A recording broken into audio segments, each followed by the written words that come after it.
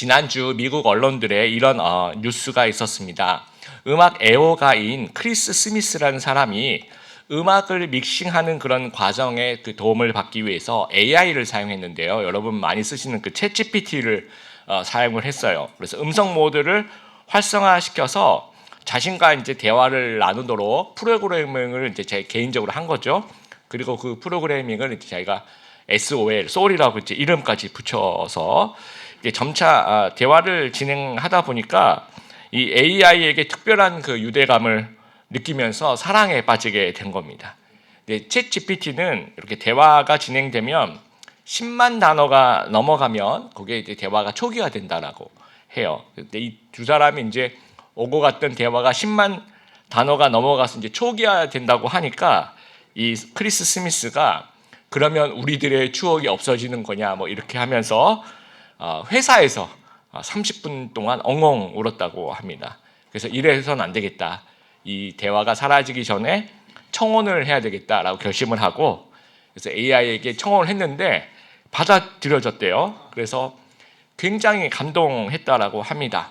그 소식을 들은 크리스 스미스의 실제 여자친구인 샤샤 케이글은 또 그 사이에 있는 아이도 있어요.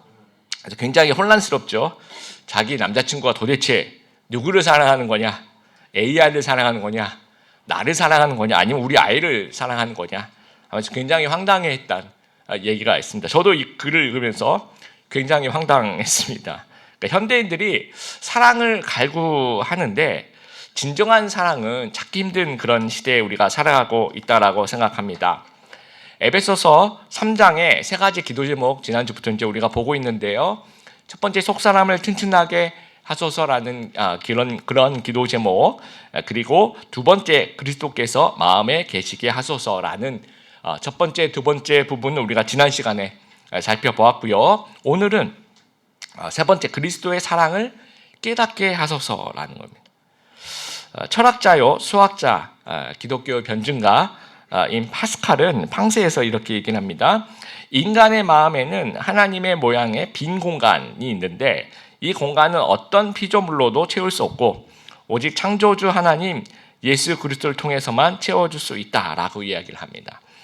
인간이 창조주 하나님을 영접하지 않고 그 사랑을 느끼지 못할 때는 하나님의 공간이 이제 비어 있는 거죠. 거기서 이제 공허함을 느낀다라는 거예요. 그 자리에 허전한 마음을 달래줄 것을 이제 채우는데 그것이 이제 거짓 사랑을 채울 확률이 높은 거죠. 거짓 우상이 그 자리를 차지하게 됩니다. 그래서 우리나라 그 대중 콘텐츠 뭐 노래도 있고 드라마도 있고 뭐 영화도 있는데 대부분의 주제는 사랑과 관련이 되죠. 그리고 대중 콘텐츠 있으신 분들도 하시는 말씀이 사랑이 가장 잘 팔리는 주제다라고 이야기를 합니다. 특히 이제 한국 드라마 같은 경우에는 장르들은 되게 다양해요. 뭐 의학 드라마도 있고 법정 드라마도 있고 뭐 회사에서 일하는 그런 드라마도 있고 뭐 형사물도 있는데 의학 드라마도 병원에서 이제 결국은 연애를 해요. 그리고 회사에도 회사 일을 하다가 결국은 합병인수 이렇게 하다가 또 연애를 하고 법정에서 이렇게 공방이 오고 가면서 변호사들끼리 또 연애를 하고 형사물도 결국은 잘 나가다가 이제 결국은 연애 드라마가 되더라고요. 신발장에 우리가 열어보면 신발이 가득한데 신을 신발이 없고 또 옷장에 옷이 가득한데 입을 옷이 없고요. 냉장고에 내용물은 가득한데 먹을 음식이 없고 사랑에 대한 것들이 넘치는 시대인데 진정한 사랑을 만나기 힘들다라는 겁니다. 그럼에도 불구하고 인간의 사랑을 통해서 좀 공허함을 달래보려는 그런 시도를 하게 되는데 우리가 이제 부모로부터 완벽한 사랑을 기대하죠. 어렸을 때. 그렇지만 부모의 사랑은 굉장히 숭고한 사랑이지만 부모도 완벽하지 않습니다. 그래서 아주 부족합니다. 또 그러니까 이제 부부로부터 이제는 완벽한 사랑을 기대해야지 하는데 인간의 어떤 기본적인 연약함이 있어요. 누구든지 마찬가지거든. 그리고 기본적으로 우리 인간은 죄성이 있습니다. 그래서 또 부부로부터 또 배우자로부터 어떤 이런 완벽한 사랑을 받는 건 불가능한 겁니다. 그래서 부모와 부부 이런 모든 부분의 체험을 받지 못할 때 일어나는 그런 공허함들을 이제 어디서 푸냐면 자식을 통해서 이제 풀어나가는 거죠. 근데 자식은 이게 뭔가 기대하면 기대할수록 더 힘들어지는 것이 이제 자식입니다. 그런 근본적인 공허함은요, 결국 예수 그리스도의 사랑으로 채워진다라는 겁니다. 18절에서 19절에 보면 이 말씀이 예수님의 사랑을 받아라라고 얘기하지 않아요. 예수님의 사랑을 지금 이제 너희가 가져라라 뭐 그런 얘기를 하지 않고 있습니다. 왜냐? 우리에게 이미 주어졌기 때문입니다. 그럼 뭐라고 얘기합니까? 오늘 이제 18절, 여러분 19절을 보면 넘치는 그리스도의 사랑을 알아라라고 얘기를 해요. 그렇죠? 그다음 19절에도 어떠함을 깨달아라고 이야기를 합니다. 알아라, 깨달아라. 그러니까 이미 받은 사랑이 있는데 이게 무엇인지, 내가 이미 받은 사랑이 무엇인지를 좀 알아가라는 겁니다. 평생에 걸쳐서 깊이 있게 알아가라는 거예요. 그러니까 성도가 하나님의 사랑을 어떻게 알아갑니까? 보통 이제 우리가 많이 이제 쓰는 방식이 하나님의 사랑을 우리의 그 상황의 좋고 나쁨에 비례해서 이해하는 거예요. 내가 기도를 드렸는데 내 기도를 응답해 주시면 나를 사랑하는구나. 응답을 안 해주시면 나를 사랑하지 않는구나. 또 하나님 나에게 축복을 주시면 나를 사랑하는구나. 근데 축복해 주시지 않으면 나를 사랑하는 것이 아니구나. 그렇게 생각을 한다라는 거예요. 이것이 영적인 어린이의 단계입니다. 왜냐? 어린이들은요, 유아기 때 엄마가 언제나 나를 안아줘야만, 나와 놀아줘야만, 그러면 나를 사랑한다라고 생각할 수 있어요. 근데 엄마의 부재도 여러분 사랑일 수 있습니다. 엄마가 뭐 이유식을 만들면서 애기 못 안아주고 그 시간에 이유식을 만들 수도 있고요. 또 집안의 청결도 중요하기 때문에 집을 청소하느라고 애를 못 봐줄 수도 있는 겁니다. 그럼에도 불구하고 그것이 사랑한다, 사랑하지 않는다라고 얘기할 수 없는 부분이지만 그 아이에게는 그렇게 느껴진다는 거죠. 그래서 우리도 마찬가지. 우리도 하나님의 사랑을, 하나님의 부재가 무엇인가 우리를 위해서 일하심일 것인데 그것이 이해가 안 될 때는 이렇게 나에게 무엇인가 기도 응답해 주시고 축복해 주시며 사랑하는 거고 그렇지 않으면 아닌 거 이렇게 생각할 수 있다라는 거죠. 그래서 예수님의 사랑은 어떤 것입니까? 이제 사도 바울은요 19절에 그 너비와 길이와 높이와 깊이가 어떠함을 깨달아라고 이야기를 합니다. 여러분 그 너비와 길이와 높이와 깊이, 이 너비는요 하나씩 이렇게 살펴보면 how wide 이제 영어 성경에 그렇게 나오는데요. 얼마나 넓은지 사랑의 넓이를 경험해 보라는 거예요. 모든 인류, 하나님의 사랑은 유대인과 이방인을 포함할 정도로 모든 인류를 포함할 정도로 충분히 넓습니다. 그리고 포용의 범위가 넓은 거예요. 예수님은 창녀도 포용해 주시고 세리도 포함해 주시고 가늠한 자, 병든 자, 귀신 들린 자, 십자가의 그 한편 강도도 하나님 예수 그리스도의 사랑으로 품어주신다라는 거예요. 나 같은 죄인도 사랑해 주시고 포용해 주시고 품어주시는 것이 예수님의 사랑이라는 거예요. 그렇게 넓은 사랑이라는 겁니다. 또 길이, 이것은 이제 영어 성경에 how long이라고 얘기하는데요. 얼마나 긴지 사랑의 길이를 재어보라고 합니다. 여러분 우리나라 일반적인 대학생의 연애 지속 시간이 1년 6개월 정도, 18개월 정도라고 합니다. 결혼에서는 이혼율이 급격히 증가하는 연차가 4년에서 이제 7년 사이가 굉장히 그때부터 이제 이혼율이 급격히 증가하거나 또 우리가 쇼윈도 부부라고 하는 그 쇼윈도가 시작되는 것이 이제 결혼 4년 차, 7년 차부터 이제 이렇게 진행이 된다라고 하면 일반적으로. 그러니까 인간의 사랑은 금방 실증을 느끼는 사랑이라는 거죠. 오래 가지 않는 사랑. 그런데 예수님의 사랑은 그렇지 않다는 거죠. 창세 전부터 우리를 사랑하시고 영원 후까지 지속되는 사랑. 길죠? 아주 길죠? 그리고 그 길다라는 얘기는 변함이 없으시다는 얘기입니다. 내가 예수님을 알기 전부터 아주 오래 전부터 나를 사랑하시는 거죠. 그 사랑이 영원까지 아주 길게 이어집니다.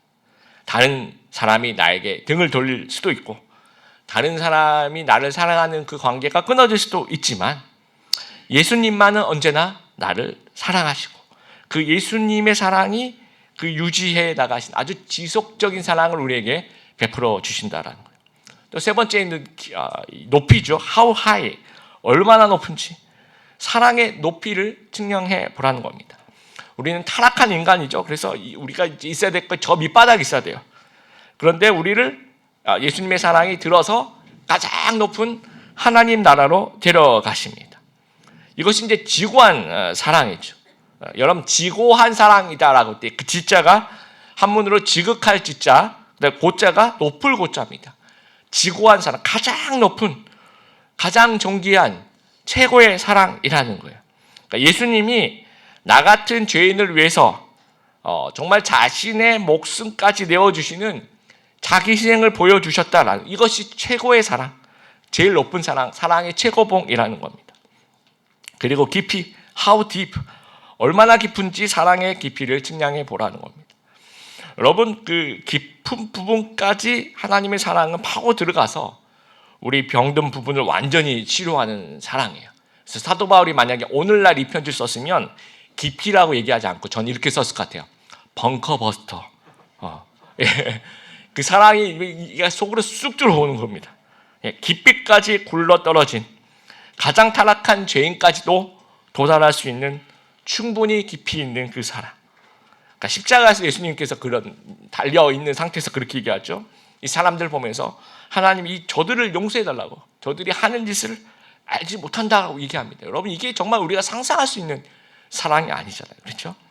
도망친 제자들, 배신한 제자들, 예수님 그 잡히시던 날 다 도망쳤어요.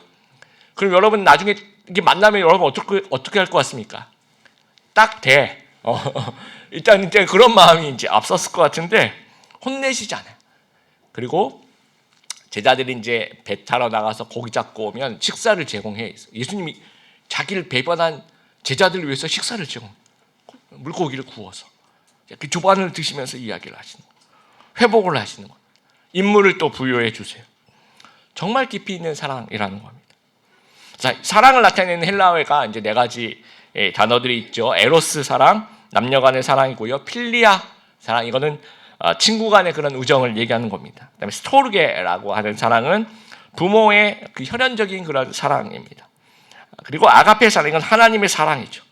헌신적이고 자기승적이고 무조건적인 그 너비와 길이와 높이와 깊이가 우리 개역개정 18절에 나와 있는 것처럼 지식이 넘치는 그리스도의 사랑, 지식이 넘치는, 우리 머리로 도저히 상상할 수 없다라고 이야기를 합니다. 그래서 사도 바울의 권면은요, 오늘 이 말씀을 보면 성도 여러분이 이런 사랑을 해라라고 얘기하고 있지 않아요. 물론 이제 성경에는 우리도 이런 아가페의 사랑을 해야 된다라는 구절들이 있습니다. 그것도 성경의 구절입니다. 하지만 지금 이 본문은 아니에요. 자, 이 본문을 자세히 읽어보면 계속 이 사랑을 너희가, 하나님이 너희들에게 베푸신 사랑, 예수님이 베푸신 그 아가페를 너희가 알아라라고 얘기해요. 너희가 깨달으라고 얘기를 합니다. 그러니까 성도는 일단 하나님의 사랑, 아가페를 먼저 깨달아야 된다라는 거예요. 그러니까 아가페에 대한 깨달음이 출발점이 되는 겁니다. 믿음의 기초가 되어야 되는 거예요. 그래서 17절에 보면요, 그 중간 부분을 보세요. 너희가 사랑 가운데 뿌리가 박히고 터가 굳어져서, 이 굉장히 중요한 구절입니다. 이 식물학적 은유를 하죠. 믿음의 뿌리가 박힌다. 또 건축학적 은유를 하죠. 그 믿음의 터가 굳어진다. 그게 어디 안에서 일어나는 겁니까? 아가페. 그러니까 다른 모든 것이 아니라 이 아가페에서 믿음의 뿌리가 박히고 믿음의 터가 굳어져야 된다는 거예요. 우리 성도님들도 교회 생활을 하는데, 믿음 생활을 하는데 사랑 안에서 이 모든 신앙의 출발점이 되어야 된다는 거죠. 이 아가페 안에서, 그러니까 하나님이 나를 사랑하신다는 그 사랑을 깨닫는 것이 기초가 되고 내 신앙의 시작이 되어야 된다라는 얘기를 하고 있습니다. 그러면서 이제 우리가 어디까지 발전이 되냐면요, 고린도후서 5장 14절 개역개정을 한번 같이 읽어보겠습니다. 시작. 그리스도의 사랑이 우리를 강권하신도다. 이 강권이라는 말이 이제 사로잡고 있다라고 얘기를 합니다. 영어 성경에는 Christ's love compels us라고 얘기합니다. compel이라는 말은 어떤 행동을 하도록 강력하게 요구하거나 압박하는 거예요. 그러니까 그리스도의 사랑이 우리 마음 깊숙한 곳에서부터 우리를 강하게 이끌어가는 겁니다. 그래서 움직이지 않을 수 없게 만드는 거죠. 여러분, 이 세상에 숨길 수 없는 세 가지가 있다라고 하죠. 하나는 기침. 그래서 기침이 나는 걸 이렇게 숨길 수가 없습니다. 가난, 어떻게든 티가 나고요.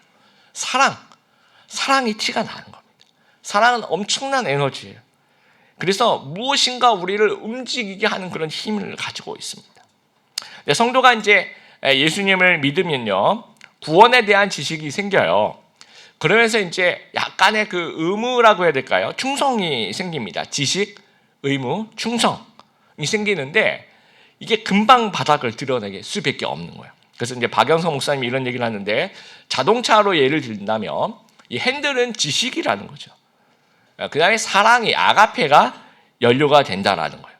그러니까 지식이 아니라 하나님이 나를 사랑하는 그 아가페가 앞으로 나아가게 하는 힘을 제공한다라는 거예요. 여러분, 이 순서가 참 중요합니다. 내가 먼저 아가페로 충만한 거예요. 그 이후에 그 사랑이 나를 강권해 나가는 거죠. 나를 사로잡아 가는 겁니다. 그래서 어디까지 가냐면 이제 우리 19절에 너비와 길이와 높이와 깊이가 어떠함을 깨달아, 그 다음에 어디로 갑니까? 하나님의 모든 충만하신 것으로 너에게 충만하게 하시기를 구하노라. 이 사랑, 하나님의 그 어떤 내가 먼저 아가페로 충만한 그 사랑이 그 이후에 우리에게 모든 충만이 임하게 되는 거예요. 그러니까 우리가 그것을 알게 되면 그 이후에 우리의 모습 속에 충만이 임하게 된다라는 겁니다. 감리교의 창시자인 영국의 요한 웨슬레가 이제 원래는 이제 성공의 신부였습니다. 이분이 아주 규칙적인 사람이었대요. 그래서 신앙생활도 예배도 아주 철저하게, 규칙도 아주 철저하게. 그래서 사람들이 너무 그 방법적인 면에 있어서 철저하다 그래서 메소디스트라고 이제 놀렸대요. 너는 방법주의자다, 메소디스트다라고 놀렸는데, 이제 그 메소디스트라는 그 놀림을 맞은 그 하도 많이 듣다 보니까 나중에 감리교를 창실하면서 그걸 가지고 이제 교단 이름을 메소디즘이라고 하죠. 그래서 감리교라는 이름을 이렇게 만들어 가게 됩니다. 그런데 좀 규칙적인 부분에 있어서 철저하게 따르는 그런 모범생 크리스찬인데, 모라비안 교도라는 형제들을 보니까 아주 자기한테 없는 것들이 있더라는 거죠. 자기는 규칙을 너무 잘 지키는 모범생으로 이제 교회에서 이제 생활하는데, 이 형제들, 이 모라비안 교도라는 사람들은 이 강한 믿음과 평화와 기쁨과 뭔가 자기한테 없는 그 생동감이 있더라는 거예요. 그래서 나는 왜 이게 없지? 하면서 고민을 한 거죠. 아직 그 깊은 신앙의 체험이 부족했던 것입니다. 그러다가 1738년 런던에 있는 그 알더스게이트라는 어느 집에서 로마서 공부를 하다가 그 성경을 공부하는 가운데서 마음이 아주 뜨겁게 달아오르는 체험을 하게 됩니다. 그러면서 가슴으로 이제 십자가의 사랑을 이해하게 돼요. 그러니까 아가페를 이해하게 됩니다. 그러면서 이제 요한 웨슬레의 사역은 완전히 달라진 사역을 하게 돼요. 열정적인 복음 전도자가 됩니다. 18세기 영국의 그 영적 대각성 운동을 이끌어가는 그런 목사님, 그리고 19세기에는 이제 미국으로 건너가죠. 그래서 미국의 대각성 운동의 불씨가 되는 그런 위대한 일을 행했다라는 거예요. 여러분, 교회에서의 그 믿음 생활도 이런 단계들 좀 거치는 것 같아요. 처음엔 다른 목적으로 교회를 옵니다. 여러분, 제가 이민교회에서 한 6년 정도 있어 봤는데요. 보통 이제 이민교회 찾아오신 분들은 외로워서 오시고, 또 이제 젊은이들은 한국 음식이 그리워서 여기 오면 한국 음식을 먹을 수 있다라고 해서, 그래서 이제 그 이민교회는 점심 식사를 굉장히 모든 활동에 있어서 점심 식사가 차지하는 활동이 비중이 굉장히 높습니다. 이거라도 우리가 잘 먹자. 일주일에 한 번이라도 잘 먹자. 그리고 비즈니스 때문에 또 사람들하고 연결되니까 비즈니스 때문에 오신 분들도 많이 봤습니다.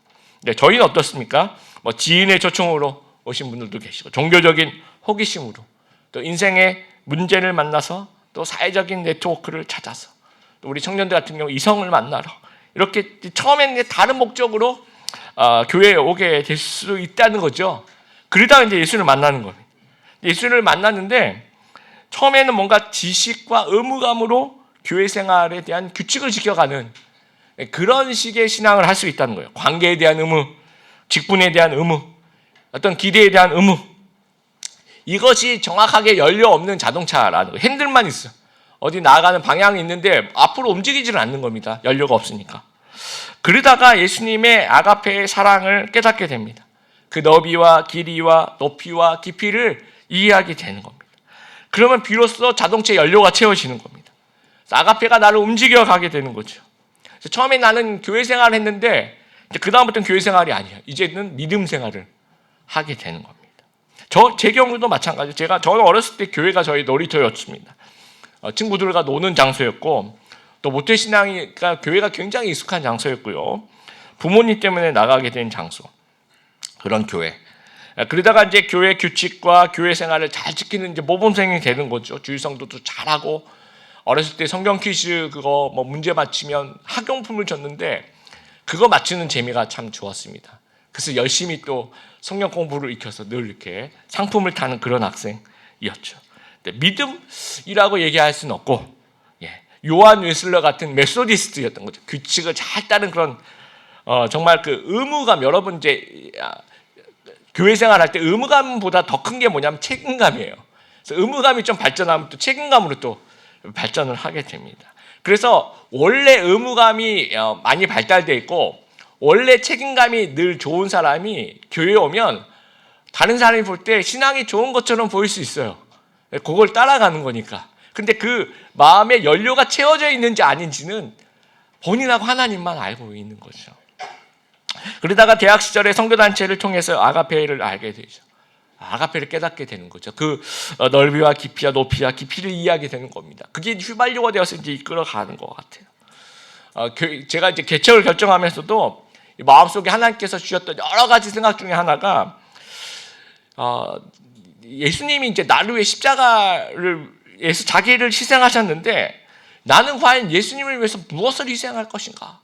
이것이 정말 저를 마음을 이렇게 울렸어요. 나는 뭐 도대체 헌신하는 게 도대체가 뭐냐? 그런 생각이 많이 들었습니다. 그래서 이제 결정하게 된 여러 가지 원인 중에 하나가 되었습니다. 아가페가 이제 강권하는 거죠. 아가페가 나를 사로잡는 거죠. 내가 할 수 없는 것을 하게 하는 그런 신비한 힘이 아가페가 가지고 있는 겁니다. 하나님의 대사라는 책을 쓰신 김하중 주중 대사가 이제 반기문 외교통상부 장관이 그 당시에 이제 유엔 사무총장으로 선출된 뒤에 중국을 방문했대요. 그때 이제 주중 대사가 김하중 대사였는데 그때 이제 사람들하고 얘기를 하면서 여러 사람 중에 그 중견 간부쯤 되는 사람이 그 김하중 대사한테 그렇게 얘기를 했대요. 지금 외교부 장관이 공석이다. 근데 이제 대사님이 1순위다. 그러니까 하면서 이제 뭐라고 조언했냐면 이제 우리가 볼 때 대사님은 예수님을 지나치게 열심히 믿는다. 그래서 이제 혹시나 그런 것들 때문에 마이너스가 될 수 있으니까 예수님을 좀 약하게 믿으면 안 되겠냐. 그러면 대사님이 아마도 그 장관님 1순위 되지 않겠느냐. 이런 조언을 했다는 겁니다. 그래서 이제 그분이 이제 그 얘기를 듣고 또 그거를 이제 많은 사람 앞에서 하니까 그 부하 직원도 그 김하중 대사님을 돕는 분들도 또 수행원들도 다 듣는 앞에서 그런 얘기를 들은 거죠. 그래서 다 있는 자리에서 얘기를 해야 되겠다 해서 이제 사람들 모아서 이렇게 얘기합니다. 나는 어떤 경우에도 예수님을 약하게 믿을 수 없다. 만약에 예수님을 세게 믿어가지고 외교부 장관이 안 된다면 난 그래도 상관없다. 나는 뭐 어떤 일이 있어도 예수님을 이제까지 믿는 것을 열심히 믿겠다라고 얘기를 해요. 여러분 그 원동력이 이제 원래부터 이런 분이 아니셨고요. 2004년 주중대사에 있을 때 그 대사님의 아내분이 이제 권유를 해서 어느 집회를 가자라고 이제 가서 이제 말씀을 듣는 겁니다. 그 하나님의 말씀을 들으면서 하나님이 나를 정말 사랑하는구나. 너는 내 아들이라는 그런 어떤 깊은 마음속에 울림이 있었대요. 그러면서 그 아가페를 이분이 깨닫게 되는 겁니다. 그래서 만약에 이분이 예수님의 사랑을 이해하지 못하는 사람이었다면 그 장관이 되니까 예수 약하게 믿으라 그러면 그래 일시적으로 내가 예수님 좀 약하게 믿어볼까? 장관 된 다음에 내가 좀 세게 믿으면 되다. 이런 생각을 충분히 했을 수도 있어요. 근데 예수님을 예수님의 사랑을 이해하는 아가페가 무엇인지를 이해하는 사람이라. 그러니까 시류에 흔들리지 않아요. 그 누가 뭐라 그래도 뭐 나 장관 안 돼도 괜찮아라고 얘기를 합니다. 여러분 이게 평안함이에요. 이게 19절에 얘기하는 하나님의 모든 충만한 것으로 너희에게 충만하게 하시를 구하노라. 이게 충만이라는 거죠. 다른 것은 필요가 없어요. 그래서 이 시류를 따르지 않았는데도 이 김하중 대사는 이제 주중 대사 중에는 최장수 중국 대사 또 나중에 통일부 장관까지 역임을 하게 됩니다. 여러분 우리가 좀 내려놓을 때 우리 크리스찬들이 내려놓을 때 채워지는 그런 은혜가 있어요. 근데 그걸 내려놓는 게 힘이거든요. 왜냐하면 힘이 없으면 내가 그걸 내려놓을 수가 없어요. 근데 이걸 내려놓을 수 있는 힘은 어디서 나오냐? 아가페에서 나오는 거예요. 하나님이 나를 사랑한다라는 그 아가페. 그 아가페가 나를 충만하게 해요. 그 아가페가 나에게 힘을 주는 겁니다. 그러니까 내가 내려놓을 수 있는 그런 힘이 생기는 겁니다. 미국의 신학자요, 기독교 윤리학자 나인홀드 리버가 이런 얘기를 했는데 제가 읽어볼게요.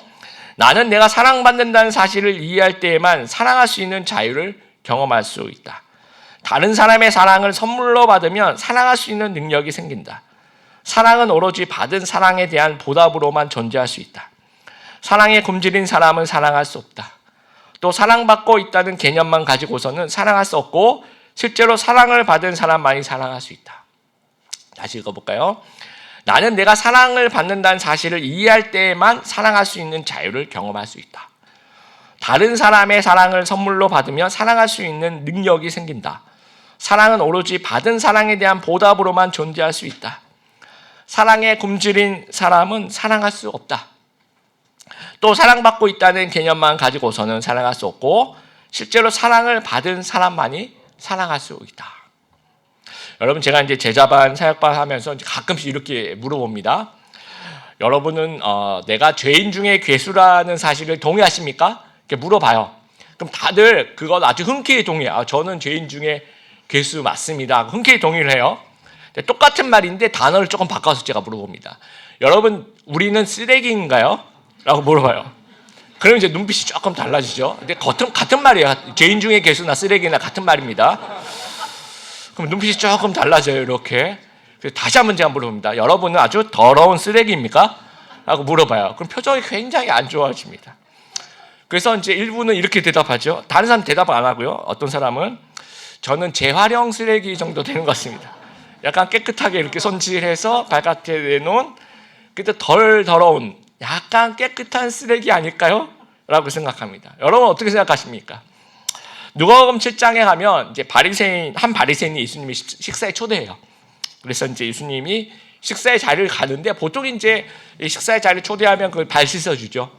예, 그다음에 이제 환영 인사, 이제 입맞춤으로 환영 인사하고 뭐 그런 아주 형식적인 절차를 바리새인은 하지 않습니다.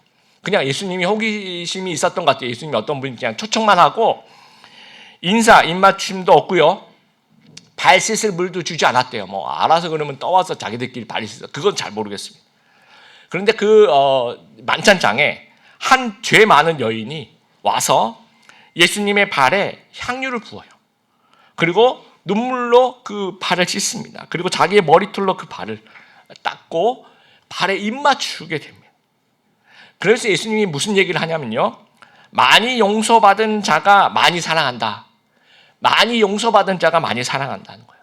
바리새인은 자기가 죄인이라고 생각하지 않았던 것 같아요. 그러니까 뭐 용서받은 것도 별로 없어요. 그러니까 아가페의 사랑이 뭔지 이해를 할 수가 없는 겁니다. 근데 이 죄 많은 여인, 이름도 나오지 않은 이 죄 많은 여인이라고만 얘기하는 누가복음 7장의 그 여인은 정말 그 죄가 많은 것이 하나님의 그 예수님의 사랑으로 용서받았다는 사실을 이해하는 겁니다. 그렇기 때문에 그 아가페가 엄청나게 다가오는 거예요.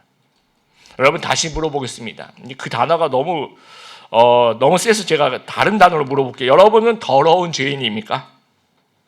아니면 어느 정도 깨끗한 재활용 죄인입니까? 어떻게 생각하십니까?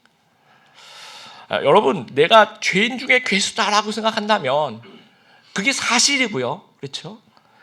그 사실을 우리가 이해할 수만 있으면 그 예수님의 사랑이 정말 한없는 그 사랑이 다가와요. 그 너비와 길이와 높이와 깊이.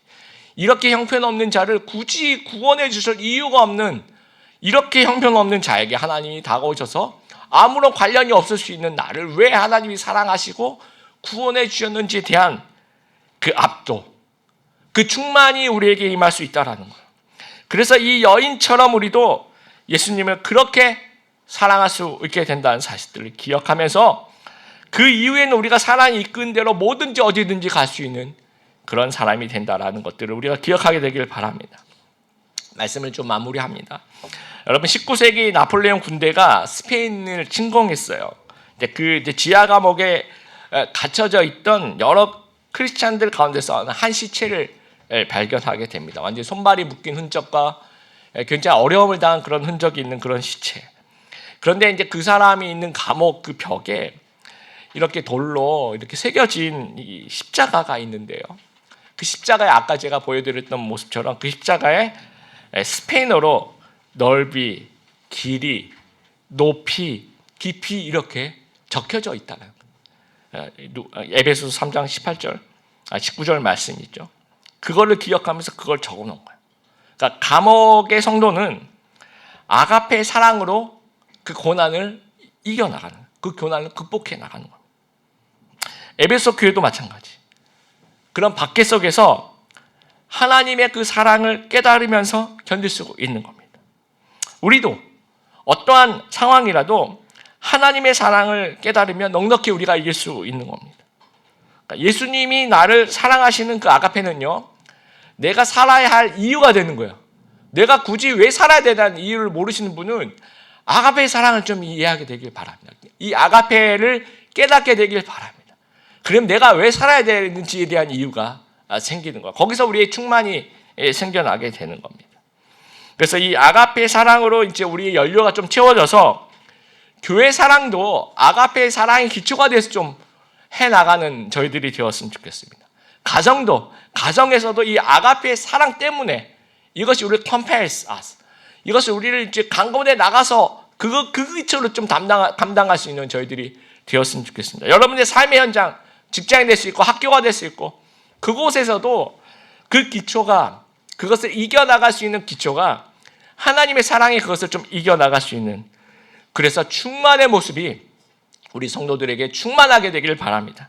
그래서 요한일서 4장 10절 말씀 같이 한번 읽어보겠습니다. 사랑은 여기 있으니 우리가 하나님을 사랑한 것이 아니요 오직 하나님이 우리를 사랑하사 우리 죄를 속하기 위하여 화목제물로 그 아들을 보내셨음이라. 그래서 우리 아가페의 사랑을 느끼고 경험하고 그것을 장엄함에 압도되고 감격하고, 그래서 그것에 의해서 삶이 형성되고 성장하는 귀한 하나님의 백성들 다 되시기를 주님의 이름으로 축복합니다.